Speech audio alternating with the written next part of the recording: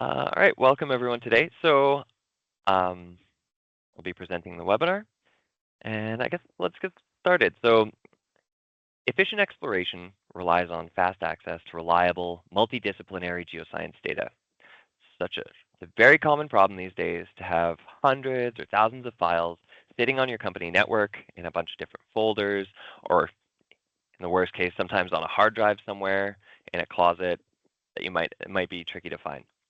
So Geoscience Integrator really aims to alleviate these kinds of problems of data organization by providing an easy-to-access data management system that works alongside Geoscience Analyst that provides our 3D visualization platform. Geoscience Integrator helps compile geological, geophysical, geochemical data, and geotechnical in some cases into a single repository. I'm going to highlight today how Geoscience Integrator really enables users to maintain that reliable repository of data, whether that includes publicly sourced data, your own proprietary data, newly generated interpretations. Any of that can be stored on a server for easy retrieval and tracking. So the next time someone shoots you an email or a Teams message asking where your MAG survey from 2014 is sitting, you can just point them to your company's Geoscience Integrator server. The plan is for the next 20 minutes to go from a bit of a web-based data discovery across multiple different data types in Geoscience Integrator, and then move into Geoscience Analyst to show how that data can be retrieved in 3D.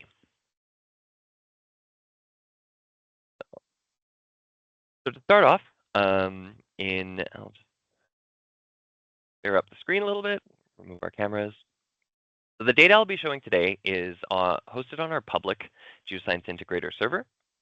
And Geoscience Integrator is accessed through a web browser and will typically sit on hosted Microsoft Azure cloud server, or depending on your company's own internal policies, it can be hosted on an internal server.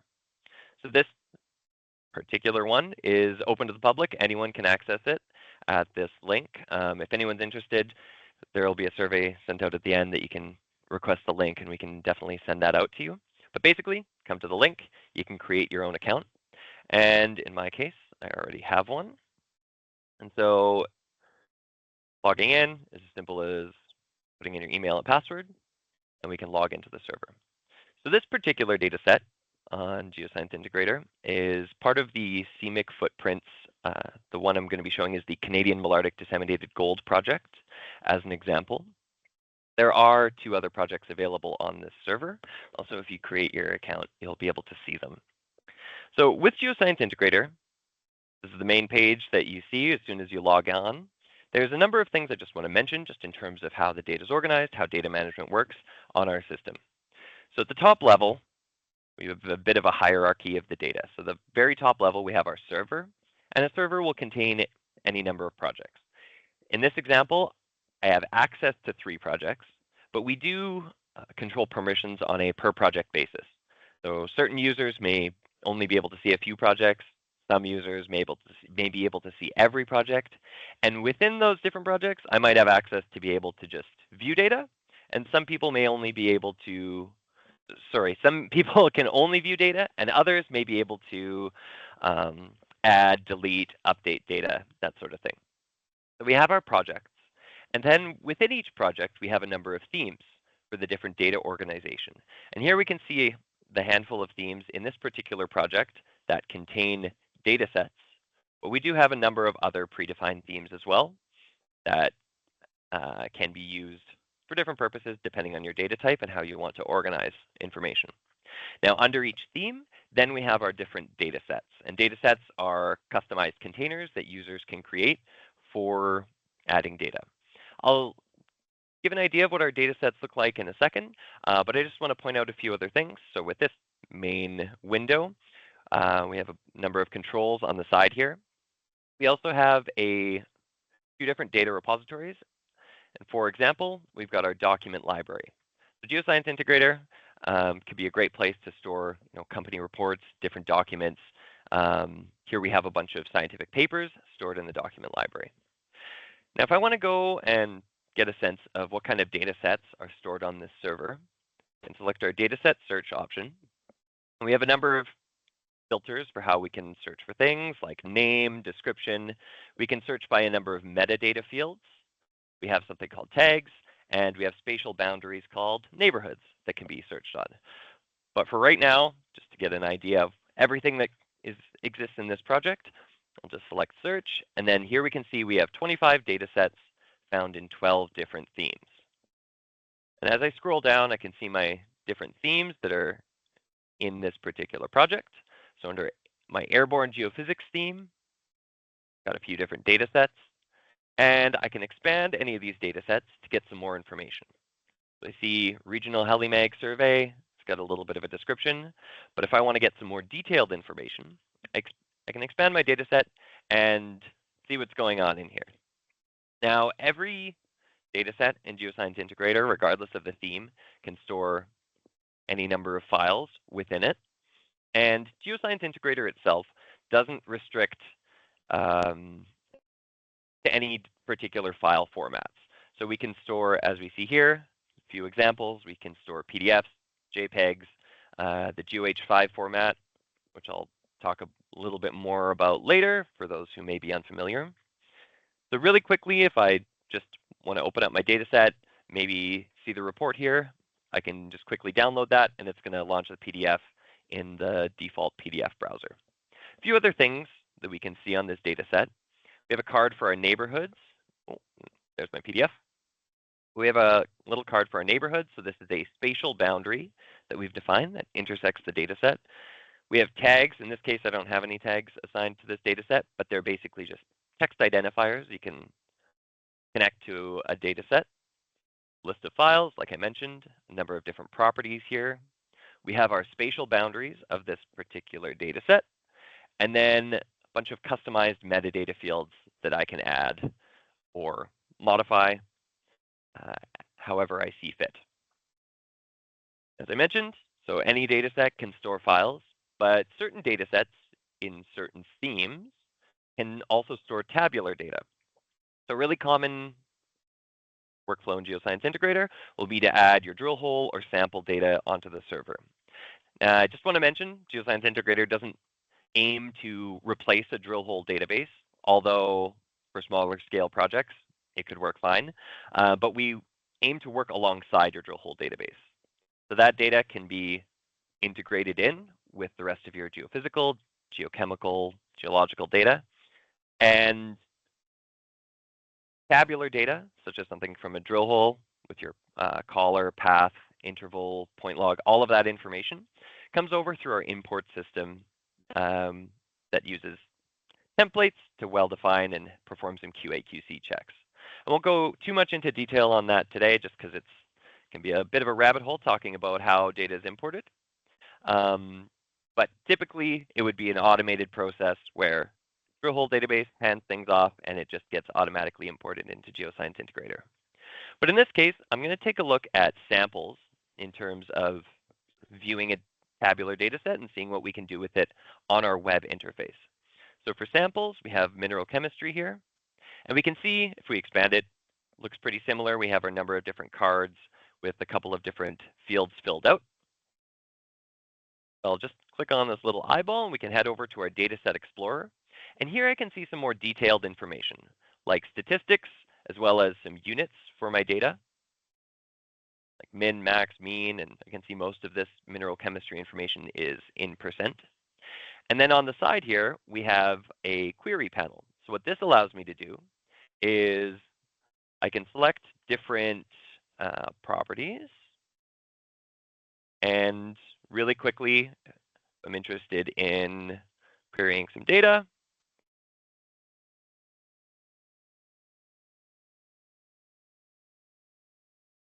Add a few filters. Put together a table. Let's say I want to get my iron concentrations for my mineral chemistry with biotite. Can just run a query and pull up a table of values that I can order and export to CSV if I want. A couple other neat features we can do here on the web interface. We can generate quick charts. So if I am interested, let me just clear off my filters first. But I can build a plot for quickly check my notes. Let's go magnesium versus iron.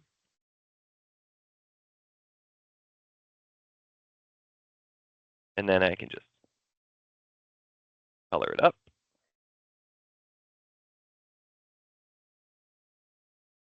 And I can quickly build a chart of this information. One of the nice things with this, so it can be interesting and useful to quickly query some data, build a chart, maybe get a quick visualization. But another thing that Geoscience Integrator does that can be super useful is I can now add this information to a report. Let's say, I'm not actually going to add it, but I do have an existing report. So if I head over to my reports page, we can generate and schedule reports to be sent out. This can be really useful for when you're regularly importing data, you've got stuff coming in daily or weekly. You can always build a report that sends out an email on a schedule containing this PDF to basically anyone. They don't have to be a Geoscience Integrator user, and they can get a quick idea of some of the data that's coming in. So some nice reporting functionality there. One last thing I just want to mention, popping back into our data sets. We also, I can see our files listed under our data sets. We do have a file manager and maps, plans, and sections repository, so I can head over to these. And they're basically just other places where we can, this is where we can upload and see the files and perform numbers of filters on them. Like I can see what was uploaded in the last week, for example. Project's been around for a little bit, so that won't show me anything, but this is the basics of the web interface. And typically, this is where more of the data management happens. Most users won't be heading to the web interface and viewing things. Where users will generally view the data from Geoscience Integrator is in Geoscience Analyst, where we can visualize the data in 3D. And so what I'm going to do in Geoscience Analyst is quickly show how in this regional footprints project, we can quickly connect, log into our project, and I'm going to pull in a subset of data rather than just downloading everything all at once. It's a really useful tool to be able to pick and choose different, say, target areas for an exploration project, pull them together into a nice compilation with different types of geophysical, geochemical, and geologic data, and save that off as a nice little package. So what we see as soon as we log into Geoscience Integrator through Geoscience Analyst is I get a data summary of the everything that's available on the server. From the start, we see just a quick description. So we see public data from the NSERC CMIC Mineral Explorations Footprints Project. See this brochure for more details. We have a list of different files, maps, plans, and sections, and documents. So if I wanted to, I could just search for that Footprints Legacy brochure. Got my document library here. And Geoscience Analyst, and this is a common question, what kind of data formats can we support?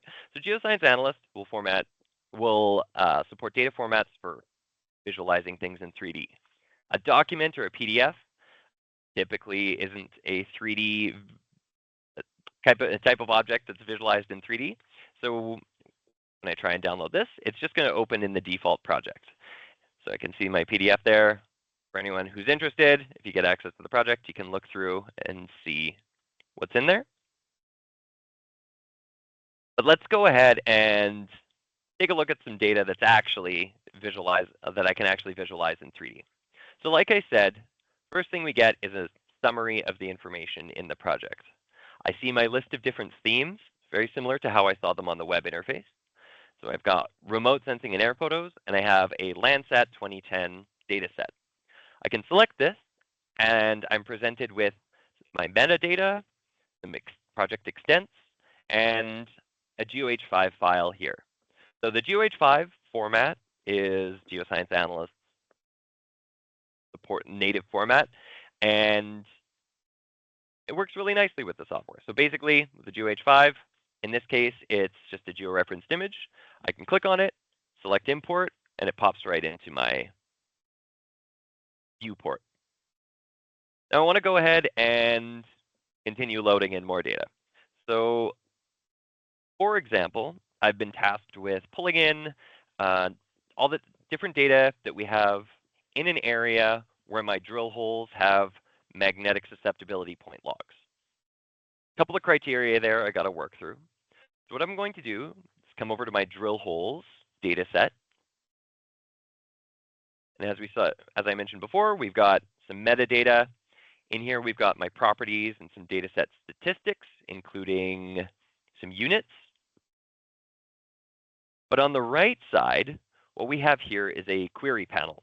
And this allows me to perform anything from a spatial filter to selecting individual drill holes, individual samples, using a neighborhood.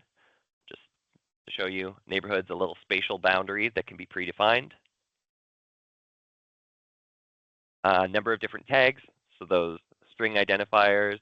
But I can also select different properties and add filters for them. So I'll just pick my magnetic susceptibility point log, select all of the drill holes where it's not null, and import that data. So it's going to run the query, look through my drill hole information that's stored on the server, and only pull in that data where it fits the criteria. So here I can see my different drill holes, and let's just display that point log information.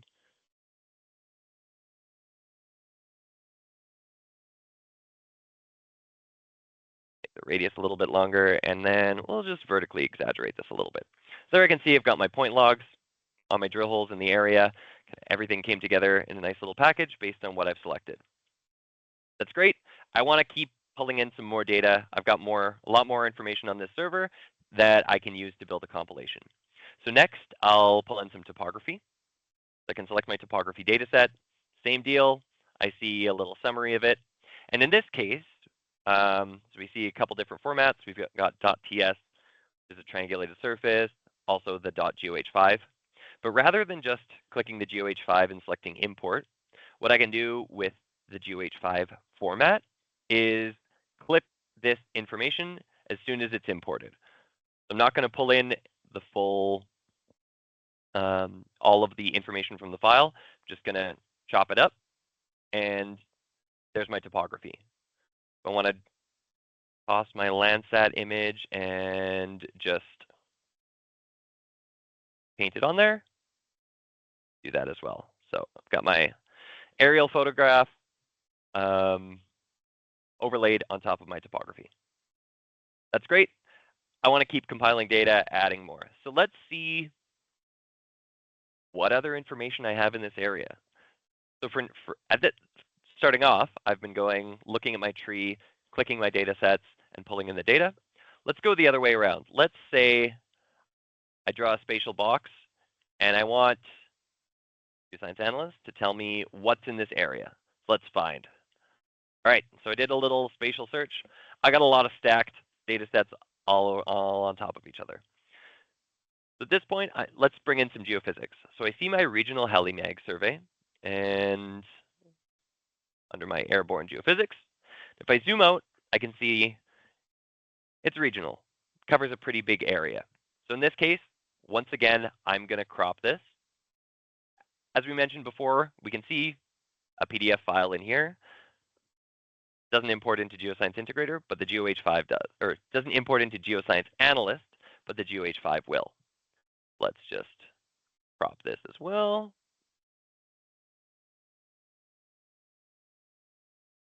And the data is clipped on the server, and then it's imported into the software, imported into Geoscience Analyst. And here we can see a number of different properties displayed on that 2D grid that was imported. That's great. Still compiling data, pulling in more and more information. We go over to our samples data set, head back into mineral chemistry that we were looking at before. And in this case, you see the bounds are larger. I'm not going to perform another spatial query. What I'm going to do in this case is just add a property filter. So I'll bring in a whole number of different properties. And let's go where, let's just pull in my mineral chemistry data for chlorite. So I can run this, It'll run a query and import that information. A few things I want to point out here, just with the different tabular data queries as they come in. So I get a bunch of point information that's imported. Here I can see those different values. And at the bottom, I see my query. It's got a timestamp on it.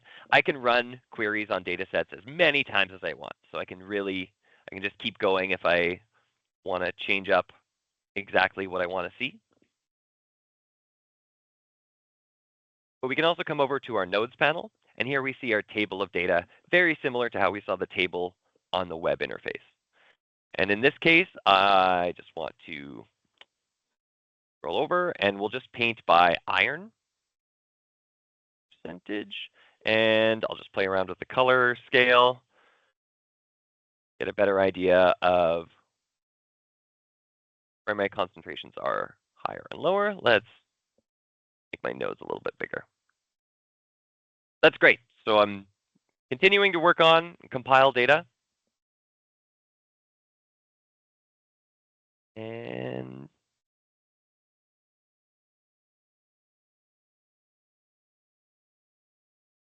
I can keep adding more information to this. So far, I've only been doing the partial import and cropping things in 2D, but I can build those boxes and do a spatial import in 3D as well. Before I do that, I want to mention I've been mostly showing imports of the GeoH5 format. Here, for example, I have a TIFF file. If I want to import that, it's going to look at the TIFF, also read the world file that comes along with it, and bring all that information in together. There I have the geologic map.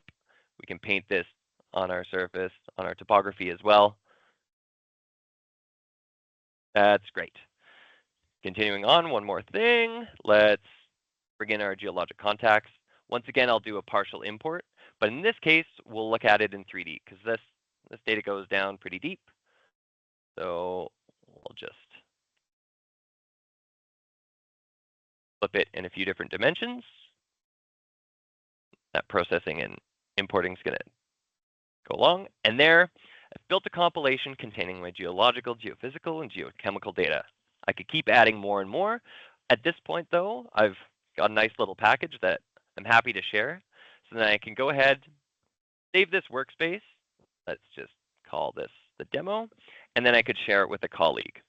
One of the nice things about sharing this is not only does it contain all of the information that's in this viewport, but it's also going to keep that PDF report that I downloaded at the start and include that as part of the compilation. So it's a really nice way of just including a whole bunch of data together for really easy sharing with your colleagues. And so what I'm going to do, I just have a second one that I'm just going to save this right here, and I'm going to open a different previously created compilation. It's just loading on the other screen. And so, like I said, we're compiling data into a nice package. In this case, it was connected to my Geoscience Integrator server. If I share it with my colleague, or just keep it for myself, say I want to pick up where I left off and continue working on this project, one of the really nice things about saving these workspaces that were connected to Geoscience Integrator projects, here I can see different compilations that I've saved on a previous date. I can see my Geoscience Integrator, different themes and data sets on the side as well. And if I want to, say, query my drill hole data once again, all I have to do is log right back in my server.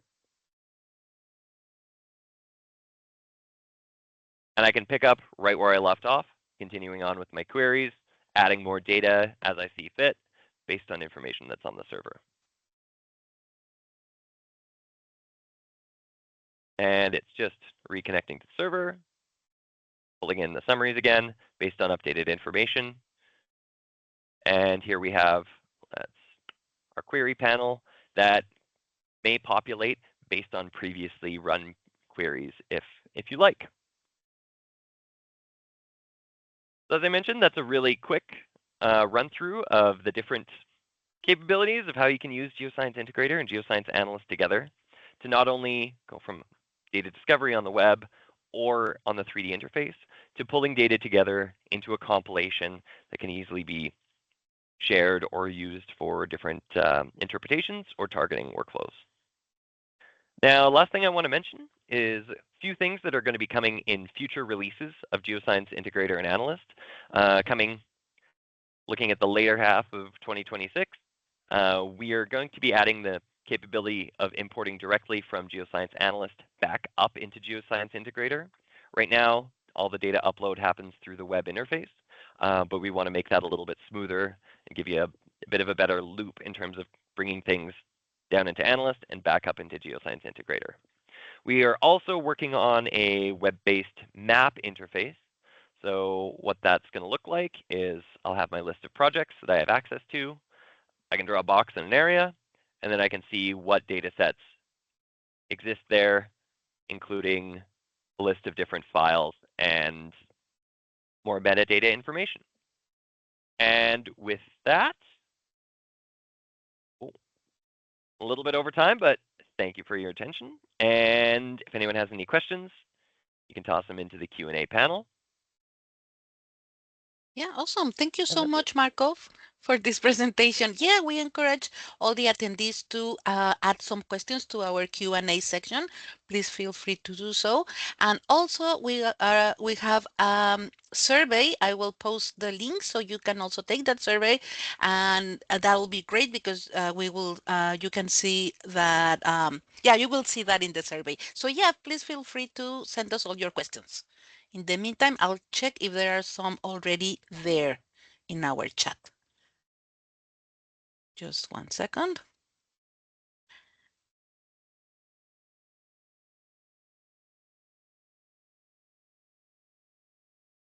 Yeah, so let's I have one question here for Marko. So Marko, Marko, can I use this with my acquired drill hole database? So typically, yes. The short answer is yes.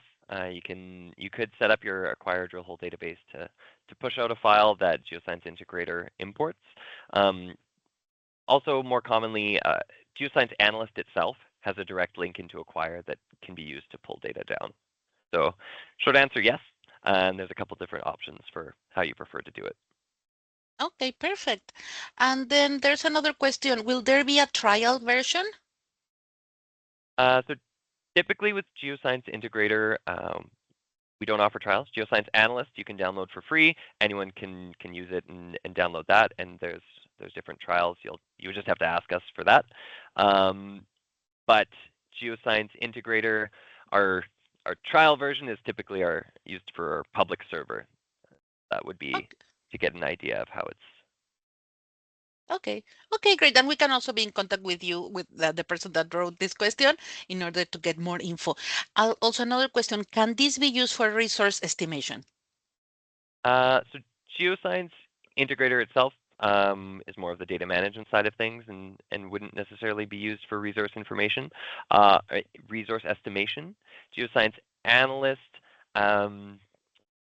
there are some limited volumetrics tools and possible resource estimation, but we can probably need to get back to you on a better answer for that because, yeah, that's. Yeah, we can get back to you. We have if you want to give us your contact info, we can get back to you on that one. Absolutely. Also, give me just 1 second. Okay, yeah, if they are going to receive the recording, yes, of course, you will receive this recording after our meeting, and probably we have space for one last question. Can you store SegWi files, Marko? Yes. So yeah, SegWi information can be stored. So there's no limitation on formats for storage on Geoscience Integrator, but it's just what's limited on Geoscience Analyst, and Geoscience Analyst can read SegWi files as well. I do see one quick question that just asking if there's an offline version of Geoscience Integrator. So yes, in a manner of speaking. So Geoscience Integrator can be hosted on a Microsoft Azure online server, but many companies will host it on their own internal servers. So that would just be on your internal network, if that's what you consider offline. Okay, awesome, perfect. And final question, how does your Science Integrator handle coordinate systems? So at the moment, we recommend each project be set up in its own coordinate system.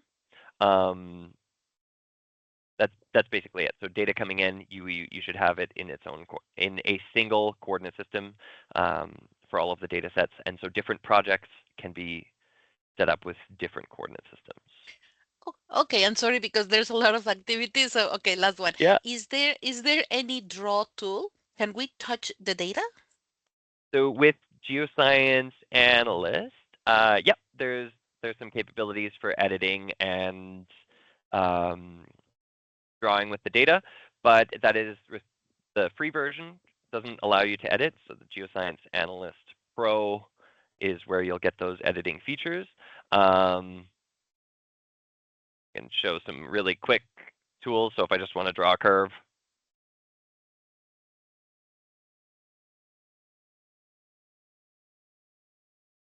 oh, that's just to give you an idea. Yes, there's a quick drawing tool, but that's the sort of thing we could show you in more detail in another demo if you're interested. Absolutely. Okay. Okay. No, that is awesome. So I think we can wrap up this session, but please feel free to send us more questions. We will answer those later on the day. We'll get back to you for absolutely for sure. And yeah, and just to finalize, just want to mention that we have posted a survey link. Please feel free to fill it out. Please, it will take you a couple of minutes, and that will be great because if you want to be contacted, you can add your personal information there. Perfect. So thank you so much for attending this session, and we are looking forward to seeing you again. And once again, thank you so much, and thank you, Marco. This is Yeah, thanks great. a lot, everyone.